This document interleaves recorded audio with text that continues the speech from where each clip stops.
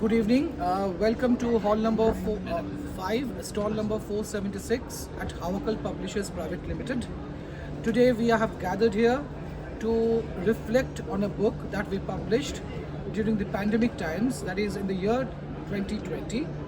It was in the English rendering of Krishna Bhavini Das Inglande Bongo Mohila, which translates into A Bengali Lady in England. And the translation was done by Nobonita Shengut. Today we have amongst us the esteemed Professor Sukrita Paul Kumar, who will talk about the book, and we also have the translator herself, who will read a few passages from the book. So we begin with Professor Paul Kumar, and may I request you, madam, to illumine us about the work.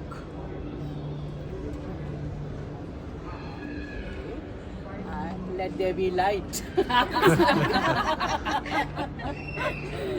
Thank you Hawakal, thank you Kiriti, and thank you Nobnita for having me here.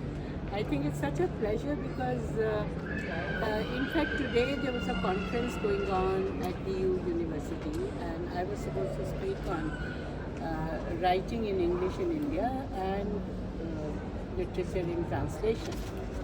And one of the things that I was saying, and I think it's very pertinent, that while we know that we are multilingual, while we know that we have been multilingual forever, in fact we are getting to be less and less multilingual. So we need to be more of that. We need to become aware of what we have inside us, actually. So all those languages which are implicitly within us need to come out more explicitly in terms of academic engagement. So except for some very few universities in particular, and I'm hitting at that,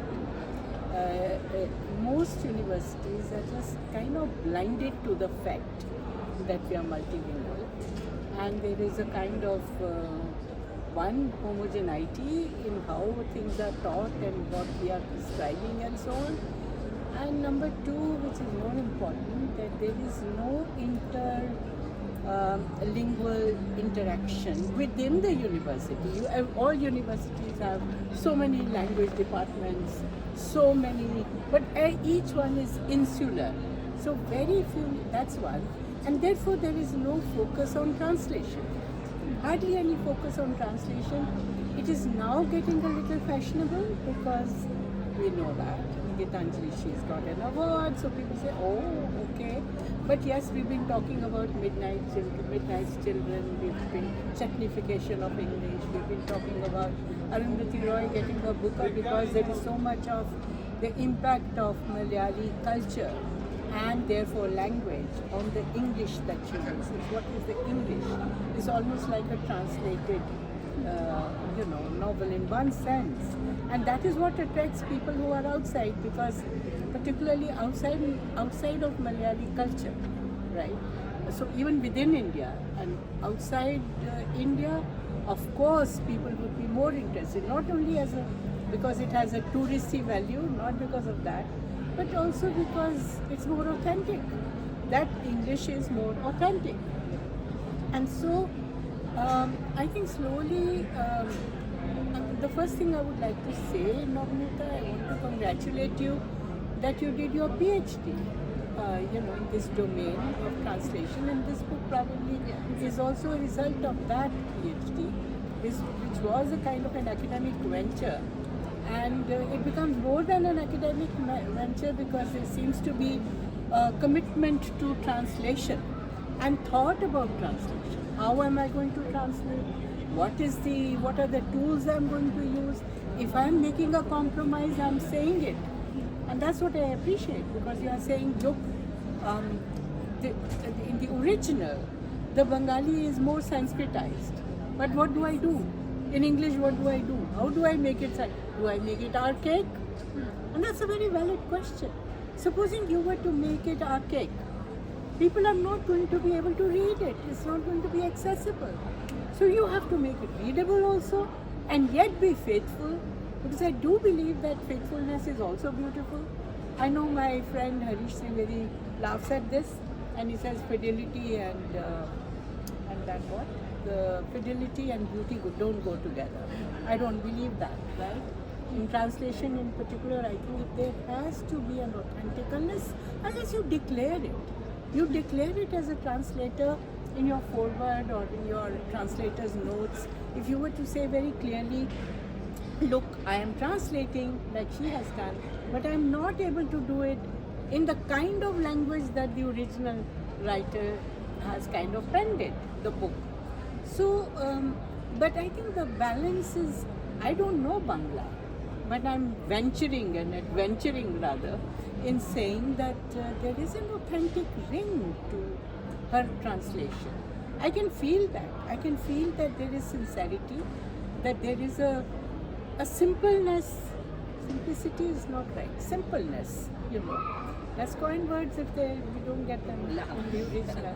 So there is a kind of directness to language, you know, and that language of directness, because mind you, this is the story being told by a Bengali woman and her experiences in England. And we are talking about 19th century. 19th century. So in the 19th century, a Bengali woman goes to England and observes and writes. First of all, women are not even supposed to be observing anything outside the four walls, right? Only the four walls of the house. You are in a new place, you do your cooking, manage your stuff, this, that, housekeeping, but you don't look outside of that. So how do you capture that simplicity in a very, you know, direct style she's writing? It's not an autobiography, mind you. It's not an autobiography. There is no I in it in one sense. You know, that's the beauty. Where does the I disappear, the first person? Because her observations are also dispassionate observations. If she's looking at the virtues of the English society, she's also talking about the faults of the English society, right? And the perspective is that of an Indian woman. Indian and then Bangla, right? She is a Bengali woman, she's very conscious about that. And that sisterhood, you know, that she develops, the perspective of sisterhood with her Bangla sisterhood, women, friends, whatever, society. But at the same time, her perspective is that of comparison. And that comparison, it's been done absolutely unpretentiously. Right? You and I, if we were to talk in a seminar, we would find those pretentious, pedantic words of comparison and make it sound so complicated and all that. This is a simple woman who is saying, look at these Englishmen, you know, they don't want to talk to you, you know, English men and women. Because, you know, I mean, my first visit, I also know, and I can say a Punjabi woman in England, maybe I should be writing that. Because the first visit when I went, I think it was about 40, 50 years ago, the first time I went to England, I also was shocked for two things. One was that people don't very easily look at you, or they don't, because here all the time people are intrusive, you know. You don't want anybody to look and talk to you, but there are people talking to you all the time. There, people like privacy, you know, privacy, and so they're kind of focused on their own, whatever they are doing, even if they are walking. And if by chance on the way your eyes meet the other person's eye, they would smile. You know, so there is that courtesy. And you know, it's a mechanical smile, but they would smile, right? And so this lady is kind of sad about that. That they're not, you know, they don't like to talk. You know, so privacy of the Englishman is hitting her. And she doesn't know how to contain that. And the second thing, she also, I think, talks about it. I'm not sure. Am I imposing that? Silence. No, She does. Yeah. So I also felt that. You know, I when I went, I remembered. I mean, the silence of that place. England, and I was in central London. And I was telling myself, my God, where are the sounds, you know? Silence was so loud, it was hitting me. And so, this lady is also recording it. So, the archiving that is happening. And I don't know, Navnita, what is it that took you to that book? I do not know. You have to speak for it. But I'm glad that you did. Because you see, we are getting a perspective of a woman, somewhat Bengali, but at the same time, it transcends that and goes into becoming Indian somewhat. So it's East also, East and West. That also comes out. Interestingly, this simple woman cannot be dismissed as one of those domestic women. No, domestic women who can have any opinion or anything. She cannot dismiss her for that because she has done her research. She has done her research. Tain's book. Yeah. So she goes out of the way to read his take on England, and then she gets the French perspective, and she realizes it's the European perspective and not that of an Indian, and hers has to be different. So just the right kind of note that you get there of authenticity, of the fact that she wants to share. It's more like, it's not diary writing, it's not autobiography, but it is something like a journal. It's like a journal, and the journal with a conscious effort at research. And when she's making a conscious effort to do the research, it's not pedantic, it's not that of a scholar. She wants to have informed insights. It's just that she wants to be sure, build up a conviction in that. So that is the kind of tone that you have. That is the kind of approach that you and what are the subjects? She's not limiting it. Cuisine also she talks about, but it's not limited to that. She goes to agriculture, she goes to industry, she goes to education and religion, and she's kind of covering so many subjects in order to build up a holistic picture of English life in comparison to Indian and within Indian Bengali, and it becomes a kind of a travelogue. A travelogue starting from the beginning itself, which is like she is going from one city to another city till she has to sail for, because she must have gone by ship. From Bombay. So I could actually, identify myself quite a lot with her, though I wasn't born in Victorian times, but when I was in Kenya, when I was born in Kenya, and at that time, when I was 5 years old, that was the first time we came to India by ship. It was not by air. And so when she's describing that, it resonated with my experience of being at sea, literally, not only metaphorically, but at sea. And while being at sea, to not sight land, and such beautiful imagery she comes out with, how the several moons are dancing, because they multiply. The moon multiplies in the water. So the wave one after the other, there's one moon after the other, and so there are some poetic passages also.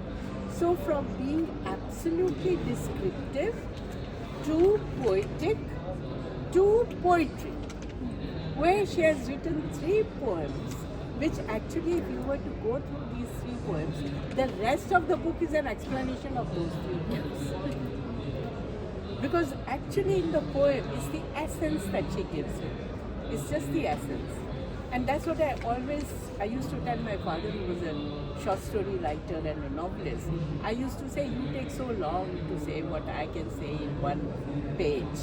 It takes me just 1 page, because I give the essence, and you go on and on describing and, well. So what I'm saying is that I'm also biased about that, because I feel a poet is able to capture the essence, and then you fill in the blanks yourself in your mind if you like, And also it is left at the suggestion level. It's suggestive, and it gives scope for the participant, the reader, to become a participant, So anyway, that's my take on it. But that's what you find here, that in the poems, she is definitely giving you the essence. And I really enjoyed her poetry. She's also a feminist who says that at that time, feminism and the self-reflexivity that she has as a feminist is what you see. Because she's questioning, why is it that we don't have that autonomy there? Why are my sisters don't have autonomy of even leisure? Or to enjoy yourself, just leisure, you know? And that's the bit I like, because she's giving descriptions of other things. But to have leisure, to have autonomy for leisure, how many women do that even today? Because it's the there's a domination and oppression, a kind of an oppression to do this, to do that, do. That's why we start saying, oh, but we do multitasking, you know. And we take pride in that. Why do we have to do so much of multitasking and then become hysterical at some point and then write a dissertation on that and look for stories, you know, simply stories, bad mental health, you know, women, we start doing that. But that's our predicament. That's our predicament. How do you get out of it? She's suggesting, she's saying, look at them, these women in England, how they have the autonomy to do what they want to. I'm not sure the Victorian women did that, but anyway, she's seeing the contrast. She's basically looking at the oppression, male oppression. She's looking at the oppression of the British in India. So she's also resentful of colonialism. Now that's the time, you know, and soon after the independence movement became more and more vigorous and so on.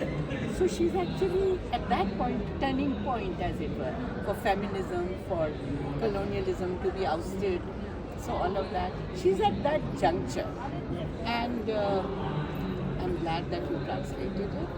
And I also feel that this Bengali lady, having translated another Bengali lady, and being in sync with her, you know, I think it's 1 century later that you are doing it. If it had been somebody like Kurutula and Hyder doing it, she would have changed the whole thing.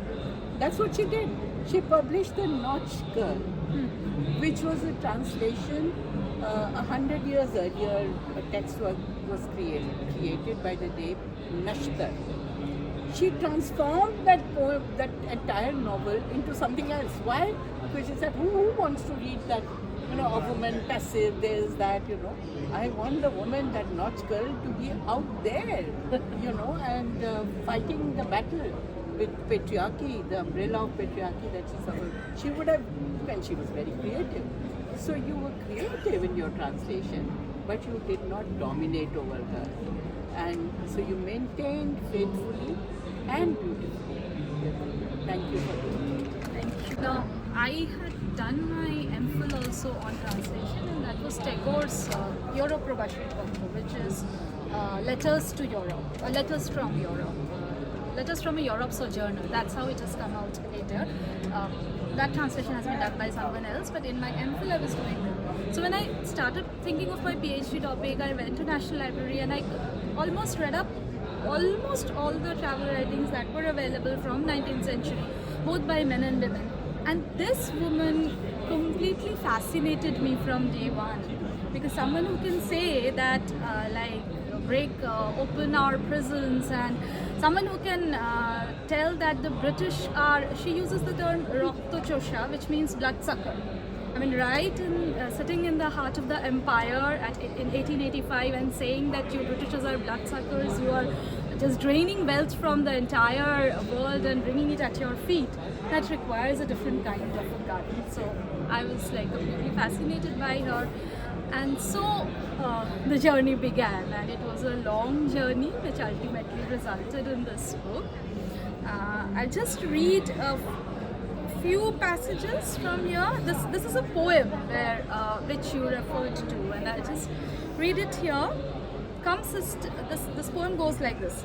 Come sisters, let's break out of prisons, or counsel our dear brothers to untie the fetters that bind the Bengali women's feet. Come and see the freedom enjoyed by British, French and German women. Spirited and cheerful in their hearts, they have no reason for humiliating tears. See here, the men do not neglect women as insignificant, nor like beasts imprison them, confining them to inner quarters. It's a long one, but this is how it goes, and it's so direct. Just talking to them, to the men, and saying that you are imprisoning us.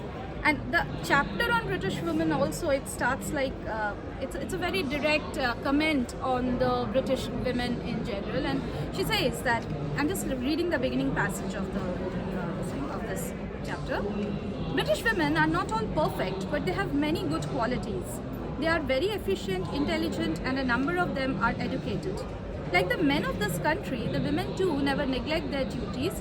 They do not laze away if there is work on hand. When there are no household chores, most of them engage themselves in some useful crafts. Here, the men are just bread earners.